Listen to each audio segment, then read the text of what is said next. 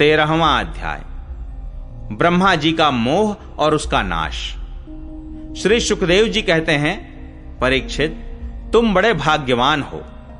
भगवान के प्रेमी भक्तों में तुम्हारा स्थान श्रेष्ठ है, तभी तो तुमने इतना सुंदर प्रश्न किया है।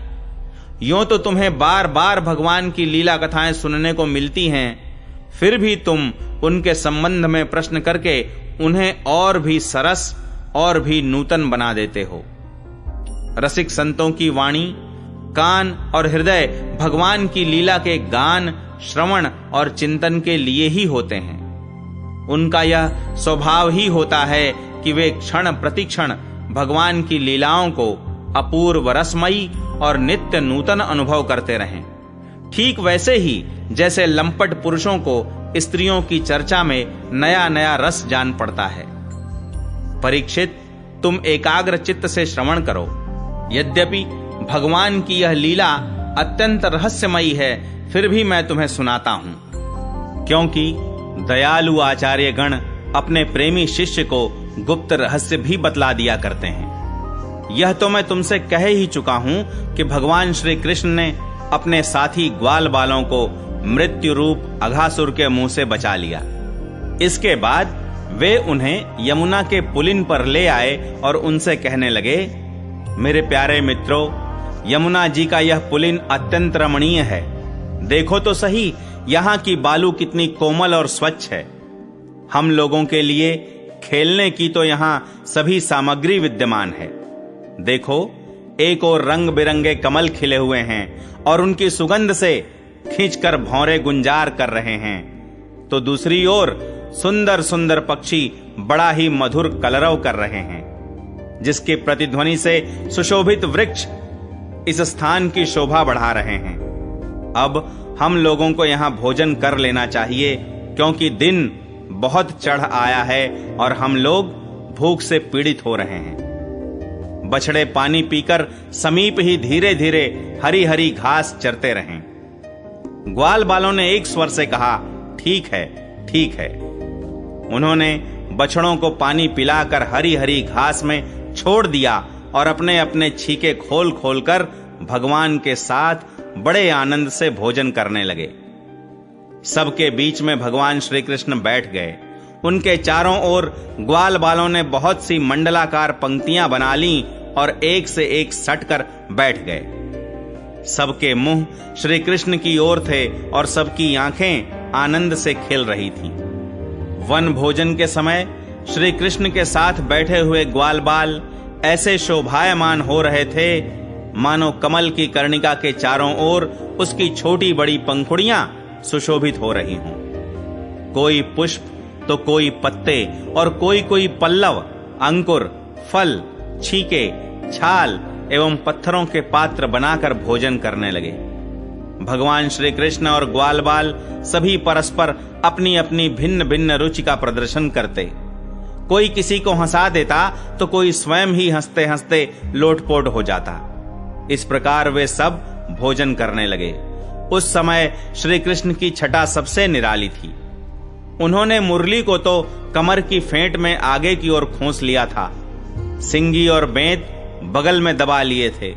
बाएं हाथ में बड़ा ही मधुर घृत मिश्रित दही भात का ग्रास था और अंगुलियों में अदरक, नींबू आदि के अचार मुरब्बे दबा रखे थे। ग्वाल बाल उनको चारों ओर से घेर कर बैठे हुए थे और वे स्वयं सबके बीच में बैठकर अपनी विनोद भरी बातों से अपने साथी ग्वाल बालों को हंसाते जा रहे थे। जो समस्त यज्ञों के एकमात्र भोक्ता हैं, वे ही भगवान ग्वाल बालों के साथ बैठकर इस प्रकार बाल लीला करते हुए भोजन कर रहे थे और स्वर्ग के देवता आश्चर्यचकित होकर यह अद्भुत लीला देख रहे थे। भरतवंश शिरोमणे इस प्रकार भोजन करते करते ग्वाल बाल भगवान की इस रसमयी लीला में तन्मय हो गए। उसी समय उनके बछड़े हरी हरी घास के लालच से घोर जंगल में बड़ी दूर निकल गए। जब ग्वाल बालों का ध्यान उस ओर गया, तब तो वे भयभीत हो गए। उस समय अपने भक्तों के भय को भगा देने वाले भगवान श्री कृष्ण ने कहा, मेरे प्यारे मित्रों, तुम लोग भोजन करना बंद मत करो। मैं अभी बछड़ों को लिए आता हूं। ग्वाल बालों से इस प्रकार कहकर भगवान श्री कृष्ण हाथ में दही भात का कौर लिए ही पहाड़ों, गुफाओं, कुंजों एवं अन्यान्य भयंकर स्थानों में अपने तथा साथियों के बछड़ों को ढूंढने चल दिए। परीक्षित, ब्रह्मा जी पहले से ही आकाश में उपस्थित थे। प्रभु के प्रभाव से अघासुर का मोक्ष देखकर उन्हें बड़ा आश्चर्य हुआ। उन्होंने सोचा कि लीला से मनुष्य बालक बने हुए भगवान श्री कृष्ण की कोई और मनोहर महिमामयी लीला देखनी चाहिए। ऐसा सोचकर उन्होंने पहले तो बछड़ों को और भगवान श्री कृष्ण के चले जाने पर ग्वाल बालों को भी अन्यत्र ले जाकर रख दिया और स्वयं अंतर्धान हो गए। अंततः वे जड़ कमल की ही तो संतान हैं। भगवान श्री कृष्ण बछड़े न मिलने पर यमुना जी के पुलिन पर लौट आए, परंतु यहां क्या देखते हैं कि ग्वाल बाल भी नहीं हैं। तब उन्होंने वन में घूम घूम कर चारों ओर उन्हें ढूंढा, परंतु जब ग्वाल बाल और बछड़े उन्हें कहीं न मिले, तब वे तुरंत जान गए कि यह सब ब्रह्मा की करतूत है। वे तो सारे विश्व के एकमात्र ज्ञाता हैं।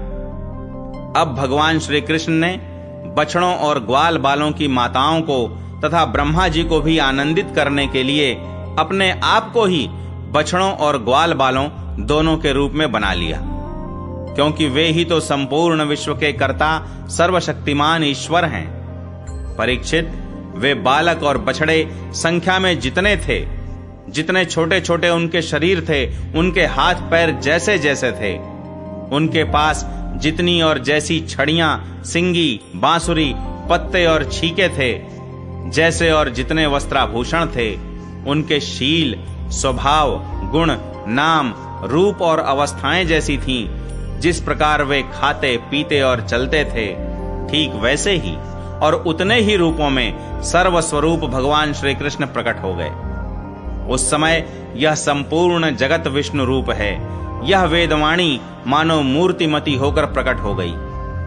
सर्वात्मा भगवान स्वयं ही बछड़े बन गए और स्वयं ही ग्वाल बाल। अपने आत्मस्वरूप बछड़ों को अपने आत्मस्वरूप ग्वाल बालों के द्वारा घेर कर अपने ही साथ अनेकों प्रकार के खेल खेलते हुए उन्होंने व्रज में प्रवेश किया। परीक्षित, जिस ग्वाल बाल के जो बछड़े थे, उन्हें उसी ग्वाल बाल के रूप से अलग अलग ले जाकर उसकी बाखल में घुसा दिया और विभिन्न बालकों के रूप में उनके भिन्न भिन्न घरों में चले गए। ग्वाल बालों की माताएं बांसुरी की तान सुनते ही जल्दी से दौड़ आईं। ग्वाल बाल बने हुए परब्रह्म श्री कृष्ण को अपने बच्चे समझकर हाथों से उठाकर उन्होंने जोर से हृदय से लगा लिया। वे अपने स्तनों से वात्सल्य स्नेह की अधिकता के कारण सुधा से भी मधुर और आसव से भी मादक चुचुआता हुआ दूध उन्हें पिलाने लगीं। परीक्षित, इसी प्रकार प्रतिदिन संध्या समय भगवान श्री कृष्ण उन ग्वाल बालों के रूप में वन से लौट आते और अपनी बाल सुलभ लीलाओं से माताओं को आनंदित करते। वे माताएं उन्हें उबटन लगाती, नहलाती, चंदन का लेप करती और अच्छे अच्छे वस्त्रों तथा गहनों से सजाती। दोनों भौहों के बीच में डीठ से बचाने के लिए काजल का डिठौना लगा देती तथा भोजन कराती और तरह तरह से बड़े लाड प्यार से उनका लालन पालन करती। ग्वालिनों के समान गौएं भी जब जंगलों में से चरकर जल्दी जल्दी लौटती और उनकी हुंकार सुनकर उनके प्यारे बछड़े दौड़कर उनके पास आ जाते, तब वे बार बार उन्हें अपनी जीभ से चाटती और अपना दूध पिलाती। उस समय स्नेह की अधिकता के कारण उनके थनों से स्वयं ही दूध की धारा बहने लगती। इन गायों और ग्वालिनों का मातृभाव पहले जैसा ही ऐश्वर्य ज्ञान रहित और विशुद्ध था। हाँ, अपने असली पुत्रों की अपेक्षा इस समय उनका स्नेह अवश्य अधिक था। इसी प्रकार भगवान भी उनके पहले पुत्रों के समान ही पुत्र भाव दिखला रहे थे, परंतु भगवान में उन बालकों के जैसा मोह का भाव नहीं था कि मैं इनका पुत्र हूं। अपने अपने बालकों के प्रति व्रजवासियों की स्नेहलता दिन प्रतिदिन 1 वर्ष तक धीरे धीरे बढ़ती ही गई। यहां तक कि पहले श्री कृष्ण में उनका जैसा असीम और अपूर्व प्रेम था, वैसा ही अपने इन बालकों के प्रति भी हो गया। इस प्रकार सर्वात्मा श्री कृष्ण बछड़े और ग्वाल बालों के बहाने गोपाल बनकर अपने बालक रूप से वत्स रूप का पालन करते हुए 1 वर्ष तक वन और गोष्ठ में क्रीड़ा करते रहे। जब 1 वर्ष पूरा होने में 5-6 रातें शेष थीं, तब एक दिन भगवान श्री कृष्ण बलराम जी के साथ बछड़ों को चराते हुए वन में गए। उस समय गौएं गोवर्धन की चोटी पर घास चर रही थीं। वहां से उन्होंने व्रज के पास ही घास चरते हुए बहुत दूर अपने बछड़ों को देखा। बछड़ों को देखते ही गौओं का वात्सल्य स्नेह उमड़ आया। वे अपने आप की सुध-बुध खो बैठी और ग्वालों के रोकने की कुछ भी परवाह न कर जिस मार्ग से वे न जा सकते थे, उस मार्ग से हुंकार करती हुई बड़े वेग से दौड़ पड़ी। उस समय उनके थनों से दूध बहता जाता था और उनकी गर्दनें सिकुड़कर डील से मिल गई थी।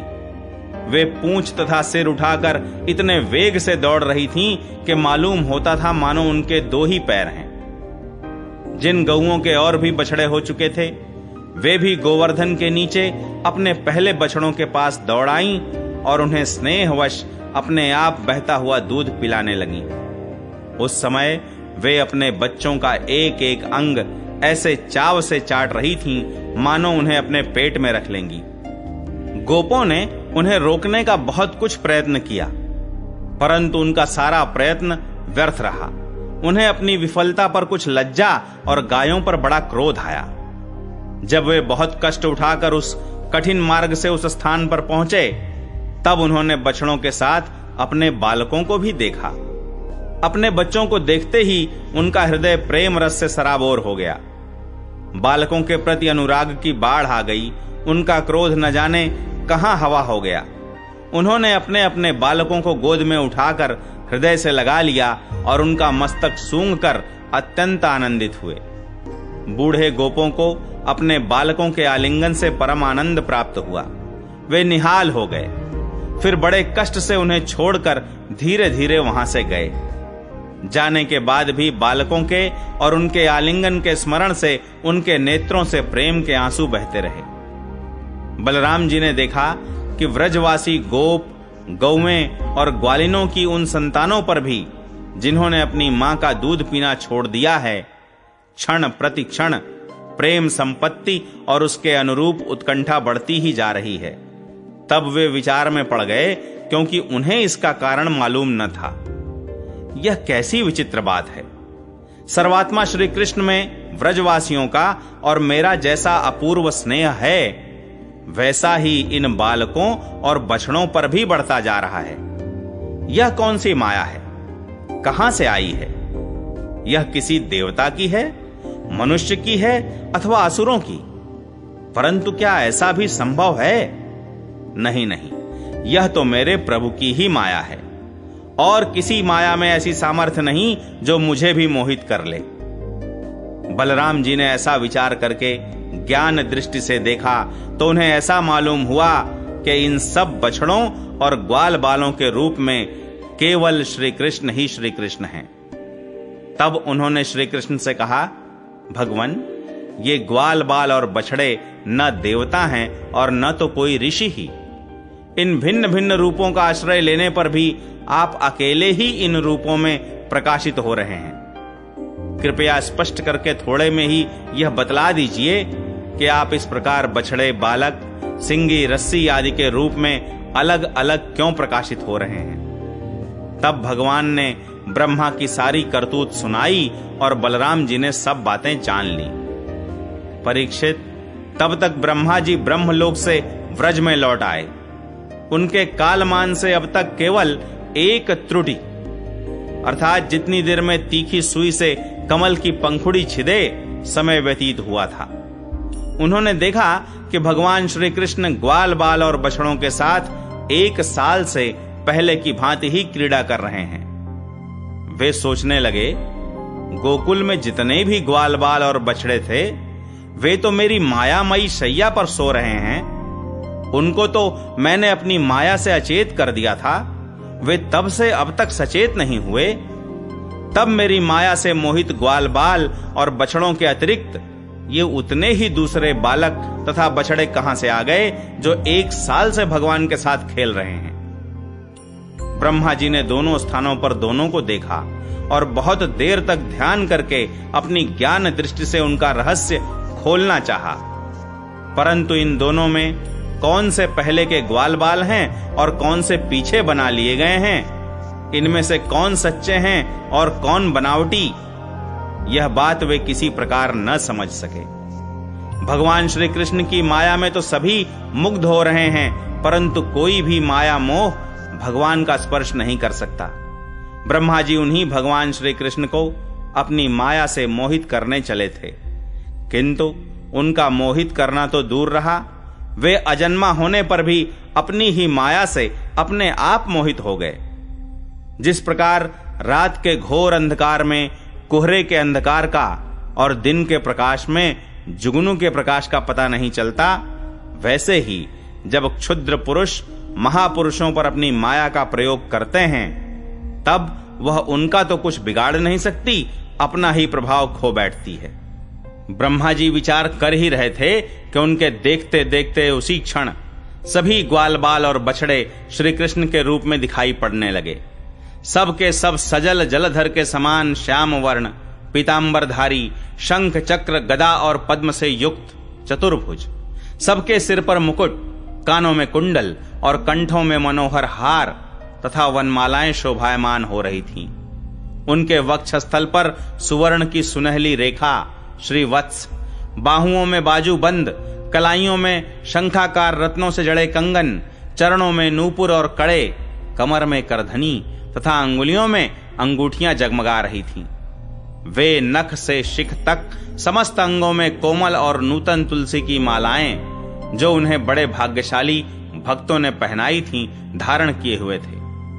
उनकी मुस्कान चांदनी के समान उज्जवल थी और रत्नारे नेत्रों की कटाक्ष पूर्ण चितवन बड़ी ही मधुर थी। ऐसा जान पड़ता था मानो वे इन दोनों के द्वारा सत्व गुण और रजोगुण को स्वीकार करके भक्त जनों के हृदय में शुद्ध लालसाएं जगाकर उनको पूर्ण कर रहे हैं। ब्रह्मा जी ने यह भी देखा कि उन्हीं के जैसे दूसरे ब्रह्मा से लेकर तृण तक सभी चराचर जीव मूर्तिमान होकर नाचते गाते अनेक प्रकार की पूजा सामग्री से अलग अलग भगवान के उन सब रूपों की उपासना कर रहे हैं। उन्हें अलग अलग अणिमा महिमा आदि सिद्धियां, माया विद्या आदि विभूतियां और महत तत्व आदि 24 तत्व चारों ओर से घेरे हुए हैं। प्रकृति में क्षोभ उत्पन्न करने वाला काल, उसके परिणाम का कारण स्वभाव, वासनाओं को जगाने वाला संस्कार, कामनाएं, कर्म, विषय और फल, सभी मूर्तिमान होकर भगवान के प्रत्येक रूप की उपासना कर रहे हैं। भगवान की सत्ता और महत्ता के सामने उन सभी की सत्ता और महत्ता अपना अस्तित्व खो बैठी थी। ब्रह्मा जी ने यह भी देखा कि वे सभी भूत, भविष्यत और वर्तमान काल के द्वारा सीमित नहीं हैं, त्रिकाला बाधित सत्य हैं। वे सब के सब स्वयं प्रकाश और केवल अनंत आनंद स्वरूप हैं। उनमें जड़ता अथवा चेतनता का भेदभाव नहीं है, वे सब के सब एक रस हैं। यहां तक कि उपनिषददर्शी तत्वज्ञानियों की दृष्टि भी उनकी अनंत महिमा का स्पर्श नहीं कर सकती। इस प्रकार ब्रह्मा जी ने एक साथ ही देखा कि वे सब के सब उन परब्रह्म परमात्मा श्री कृष्ण के ही स्वरूप हैं, जिनके प्रकाश से यह सारा चराचर जगत प्रकाशित हो रहा है। यह अत्यंत आश्चर्यमय दृश्य देखकर ब्रह्मा जी तो चकित रह गए। उनकी 11 इंद्रियां अर्थात 5 कर्मेंद्रिय, 5 ज्ञानेंद्रिय और 1 मन क्षुब्ध एवं स्तब्ध रह गईं। वे भगवान के तेज से निस्तेज होकर मौन हो गए। उस समय वे ऐसे स्तब्ध होकर खड़े रह गए मानो व्रज के अधिष्ठात्र देवता के पास एक पुतली खड़ी हो। परीक्षित, भगवान का स्वरूप तर्क से परे है। उसकी महिमा असाधारण है। वह स्वयं प्रकाश, आनंद स्वरूप और माया से अतीत है। वेदांत भी साक्षात रूप से उसका वर्णन करने में असमर्थ है। इसलिए उससे भिन्न का निषेध करके आनंद स्वरूप ब्रह्म का किसी प्रकार कुछ संकेत करता है। यद्यपि ब्रह्मा जी समस्त विद्याओं के अधिपति हैं, तथापि भगवान के दिव्य स्वरूप को वे तनिक भी न समझ सके कि यह क्या है। यहां तक कि वे भगवान के उन महिमामय रूपों को देखने में भी असमर्थ हो गए। उनकी आंखें मुंद गईं। भगवान श्री कृष्ण ने ब्रह्मा के इस मोह और असमर्थता को जानकर बिना किसी प्रयास के तुरंत अपनी माया का पर्दा हटा दिया। इससे ब्रह्मा जी को बाह्य ज्ञान हुआ। वे मानो मरकर फिर जी उठे। सचेत होकर उन्होंने ज्यों त्यों करके बड़े कष्ट से अपने नेत्र खोले। तब कहीं उन्हें अपना शरीर और यह जगत दिखाई पड़ा। फिर ब्रह्मा जी जब चारों ओर देखने लगे, तब पहले दिशाएं और उसके बाद तुरंत ही उनके सामने वृंदावन दिखाई पड़ा। वृंदावन सबके लिए एक सा प्यारा है।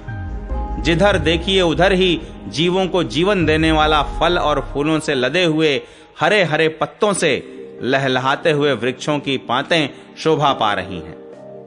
भगवान श्री कृष्ण की लीला भूमि होने के कारण वृंदावन धाम में क्रोध, तृष्णा आदि दोष प्रवेश नहीं कर सकते, और वहां स्वभाव से ही परस्पर दुस्त्यज वैर रखने वाले मनुष्य और पशु पक्षी भी प्रेमी मित्रों के समान हिल मिलकर एक साथ रहते हैं। ब्रह्मा जी ने वृंदावन का दर्शन करने के बाद देखा कि अद्वितीय परब्रह्म गोपवंश के बालक का सा नाट्य कर रहा है। एक होने पर भी उसके सखा हैं, अनंत होने पर भी वह इधर उधर घूम रहा है, और उसका ज्ञान अगाध होने पर भी वह अपने ग्वाल बाल और बछड़ों को ढूंढ रहा है। ब्रह्मा जी ने देखा कि जैसे भगवान श्री कृष्ण पहले अपने हाथ में दही भात का कौर लिए उन्हें ढूंढ रहे थे, वैसे ही अब भी अकेले ही उनकी खोज में लगे हैं। भगवान को देखते ही ब्रह्मा जी अपने वाहन हंस पर से कूद पड़े और सोने के समान चमकते हुए अपने शरीर से पृथ्वी पर दंड की भांति गिर पड़े। उन्होंने अपने चारों मुकुटों के अग्रभाग से भगवान के चरण कमलों का स्पर्श करके नमस्कार किया और आनंद के आंसुओं की धारा से उन्हें नहला दिया। वे भगवान श्री कृष्ण की पहले देखी हुई महिमा का बार बार स्मरण करते, उनके चरणों पर गिरते और उठ उठकर फिर गिर पड़ते। इसी प्रकार बहुत देर तक वे भगवान के चरणों में ही पड़े रहे। फिर धीरे धीरे उठे और अपने नेत्रों के आंसू पोंछे। प्रेम और मुक्ति के एकमात्र उद्गम भगवान को देखकर उनका सिर झुक गया। वे कांपने लगे। अंजलि बांधकर बड़ी नम्रता और एकाग्रता के साथ गदगद वाणी से वे भगवान की स्तुति करने लगे।